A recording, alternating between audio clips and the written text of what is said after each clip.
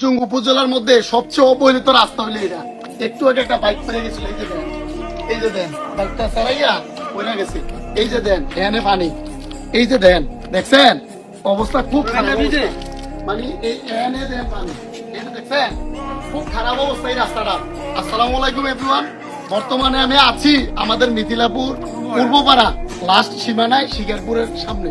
এই যে রাস্তাটা দেখতেছেন না, মিথিলাপুর কণ্ঠনগরের এটা একটা বাইপাস রাস্তা, অতি জরুরি একটা রাস্তা।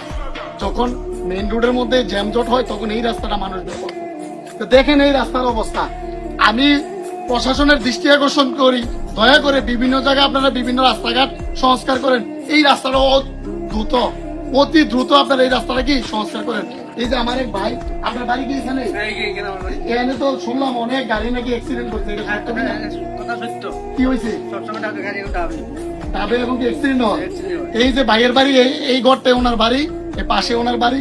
দয়া করে আমি বলবো যারা এই ভিডিওটা দেখবেন অন্তত এই রাস্তাটা সংস্কারের জন্য একটা শেয়ার করবেন। সকলে এই ভিডিওটা সর্বোচ্চ শেয়ার করবেন যাতে প্রশাসন পর্যন্ত এই ভিডিওটা গিয়ে পৌঁছায়, তাদের মাধ্যমে প্রশাসনের মাধ্যমে যাতে এই রাস্তাটা সংস্কার হয়। রাস্তাটা যদি সংস্কার না হয় অন্তত পক্ষে কিছু রাবিশ, ঈদের রাবিশ দিয়ে হইলো যাতে চলাচলের একটা ব্যবস্থা হয়। আসলে আমাদের জন্য অনেক ভোগান্তি হয়।